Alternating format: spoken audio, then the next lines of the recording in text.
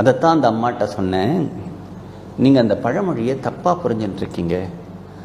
தனக்கு மிஞ்சினது தனக்கு மிஞ்சி தான் தான தர்மம்ங்கிறது பழமொழி அல்ல. பெரியவர்கள் சொன்னது அதல்ல. தனக்குன்னு மிஞ்சினது தானமும் தர்மமும் தான். நீ இவ்வளவு சம்பாதிச்சியே, இவ்வளவு வீடு கட்டினியே, இவ்வளவு கார் வாங்கினியே, இவ்வளவு சொத்து சேர்த்தையே, அதெல்லாம் உன் கூட வரப்போறது இல்லப்பா. அதெல்லாம் வேற யாரும் எடுத்துக்க போறா. ஆனா உனக்குன்னு சிலது கூட வரப்போறதே, உனக்குன்னு மிஞ்சி உன் கூட வரப்போறதே.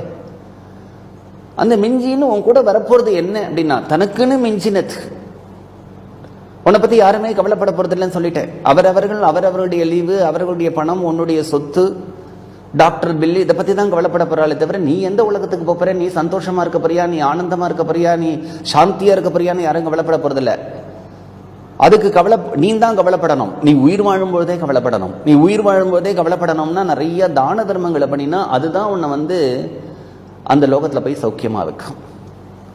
தான தர்மம்ங்கிறது ரொம்ப பெரிய கஷ்டம்னு அர்த்தம் இல்லை.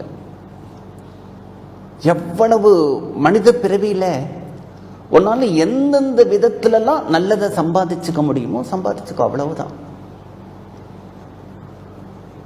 எனக்கு முடியல, எனக்கு பிடிக்கல அப்படின்னு உட்காராத. யாரோ ஒருத்தர் அன்னதானம் பண்றா, அன்னதானம் ரொம்ப பெருசு இல்லை. அந்த அன்னதானம் பண்ணும்பொழுது அவர் பணக்காரர் சார், அன்னதானம் பண்றா, நான் என்ன பண்றது அப்படின்னு இருக்காத.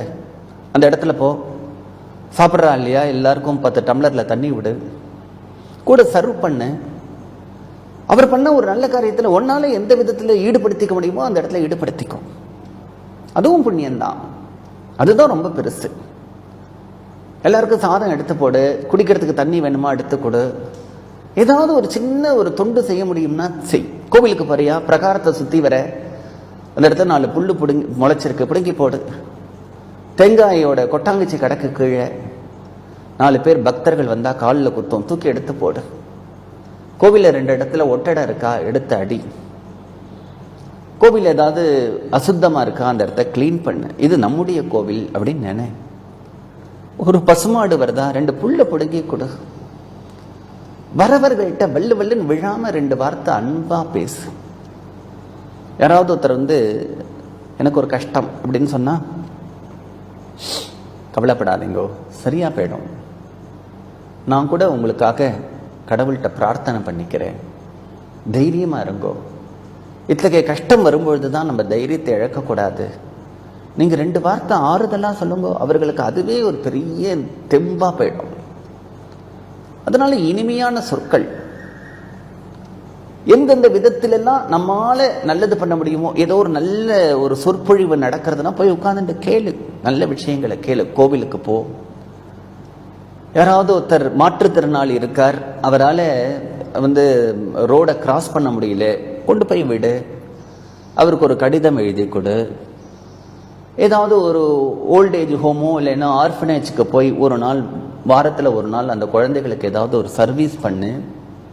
இப்படி எந்தெந்த விதத்திலெல்லாம் உன்னால ஒரு நல்லதெல்லாம் பண்ண முடியுமோ.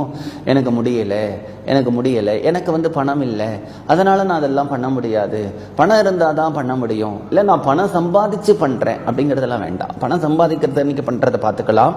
இப்பொழுது உன்னால எந்தெந்த விதத்திலெல்லாம் நல்ல காரியங்களை பண்ண முடியுமோ, நல்லதிலெல்லாம் நம்மளை ஈடுபடுத்திக்க முடியுமோ அப்படின்னு பண்ணிட்டு இருந்தோமானால் அதுதான் நம்ம கூட வரக்கூடிய சொத்து.